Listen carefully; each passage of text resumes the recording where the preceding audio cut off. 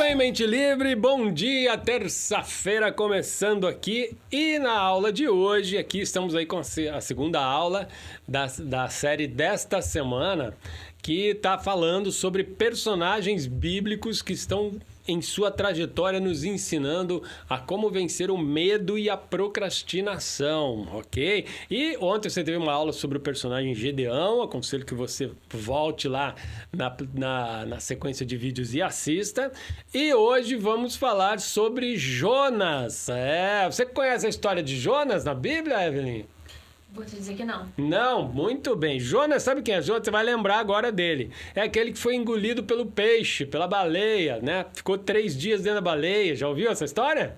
Já. Ah, então é ele mesmo, né? Então olha só, o Jonas, ele foi um profeta de Deus, chamado para pregar arrependimento e honestidade moral numa cidade chamada Nínive. Imagina a encrenca que era essa Nínive. Não deveria ser igual a inúmeras cidades do mundo atual, né? Então imagina quanto Deus está de cabelo em pé com o mundo atual, né? Mas naquela época ele falou assim: Jonas, é o seguinte, tu vai lá para Nínive, tu vai pregar arrependimento para aquele povo e vai pregar honestidade moral, etc e tudo mais. Você vai pregar o arrependimento para aquelas pessoas. Só que o Jonas, né, embora ele conhecesse, tivesse uma boa relação com Deus, ele pensou assim, ele falou assim: mas se eu for lá para Nínive, Deus vai amolecer o seu coração, vai ver que eles vão se arrepender, aquele povo não vale nada, aquele povo, né, não merece o perdão. Não, ele pensou mais ou menos dessa forma, o que é um pensamento errado, porque quando ele pensou dessa forma, ele estava desobedecendo a Deus. Ele estava querendo que a vontade dele fosse feita e não a vontade de Deus. E a gente faz muito isso na vida, hein, Evelyn? É ou não? Né? E a gente nem percebe, mas faz. Quer dizer que ele tinha uma má intenção? Não, até não era uma má intenção.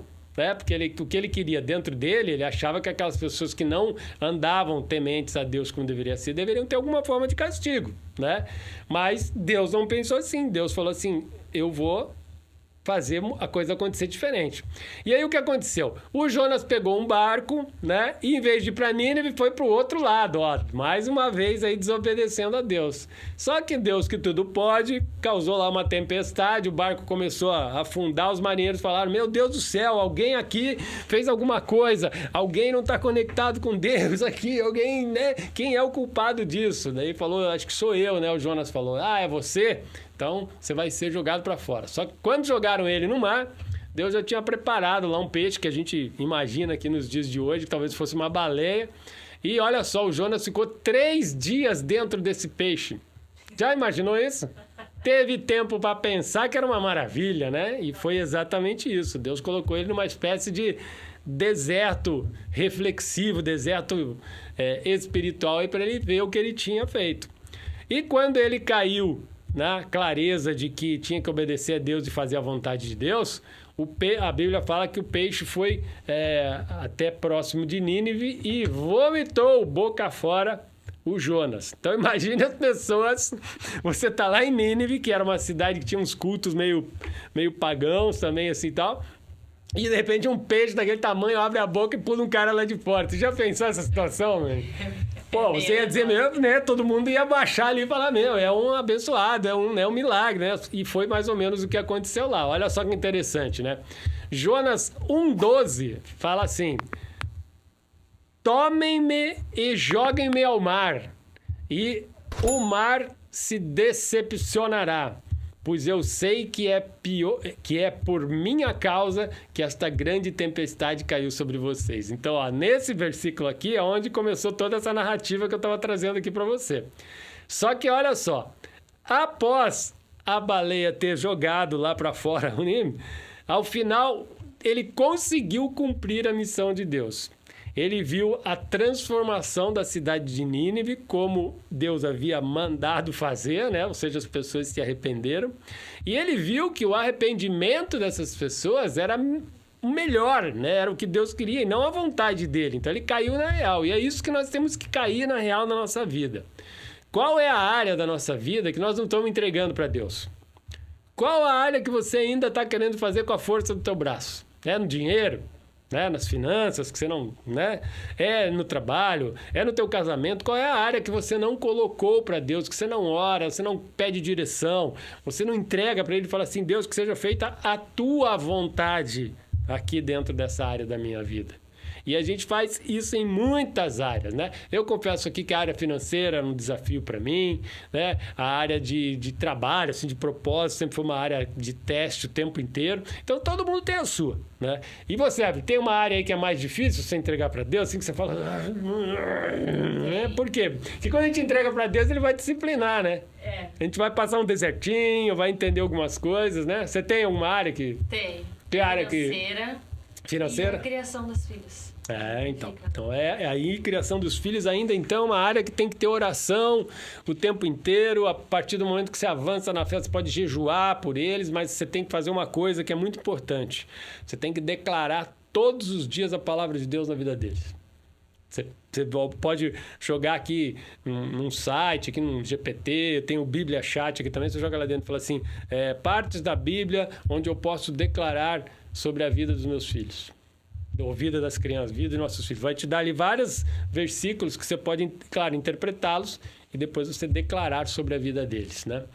Mas você pode fazer de forma muito simples, né? Chegar para o teu filho e falar assim, eu declaro sobre a tua vida sabedoria, eu declaro saúde, eu declaro, né? Você pode fazer isso de forma simples também, ok? Mas voltando aqui para a história de Jonas, você veja que Jonas, nessa situação, ele queria procrastinar o que Deus falou para ele.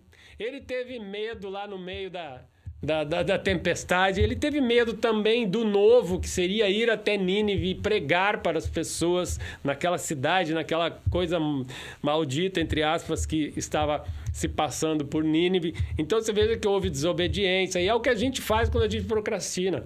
A gente está desobedecendo o nosso propósito, a gente está desobedecendo Deus, a gente está desobedecendo a nossa meta, o nosso objetivo, e é por isso que as coisas não se encaixam na nossa vida, né? Faz sentido isso, Evelyn? Faz. Legal, bora lá. Então, deixa eu voltar aqui, que a minha telinha mais uma vez pulou, né? Então, veja só. A solução emocional para enfrentar, né, o medo do novo, veja aqui, para você enfrentar o medo do novo, o medo do julgamento, né, como foi o caso aqui de Jonas nesse momento, dentro da inteligência emocional, você tem que começar a prestar atenção nos seus pensamentos de desobediência em relação a Deus, em relação ao seu propósito de vida, em relação às suas metas, em relação aos seus objetivos, né? Ou seja, eu preciso prestar atenção nos meus pensamentos para perceber quais deles estão nascendo do medo. Porque quando nasce do medo, não nasce da confiança em Deus. Já começa por aí, né? Ou nascem da desobediência ao que Deus quer. Depois, aqui, meu propósito de vida é tal. Ok, minha visão de futuro é essa, meu planejamento de metas é esse, né? Eu estou caminhando para isso ou estou desobedecendo? Quando você procrastina, você está desobedecendo, você está fugindo, você está deixando de cumprir. Então, quando você tem essa leitura, né, você está trabalhando o teu foco emocional em relação àquilo que você quer ou àquilo que Deus determinou para a tua vida, né? Depois, você precisa ter... Isso é muito importante e é muito bacana, de emocionalmente você trabalhar em você. Tem a ver com propósito, né? Então, defina o porquê e o para quê de cada situação. Olha que interessante, Evelyn. O porquê é você sempre saber o motivo. Então, por que eu estou procrastinando? Por que eu não estou fazendo isso? Qual é o medo que está me fazendo? Eu estou com medo do quê? Né? Do que eu estou... Essa situação nova, por que ela está me deixando com medo? É uma competência que eu não tenho? É uma dificuldade? Eu não tenho amizades naquele meio, naquele setor? Então, qual é? Né? Qual é o motivo? Qual é o porquê das situações?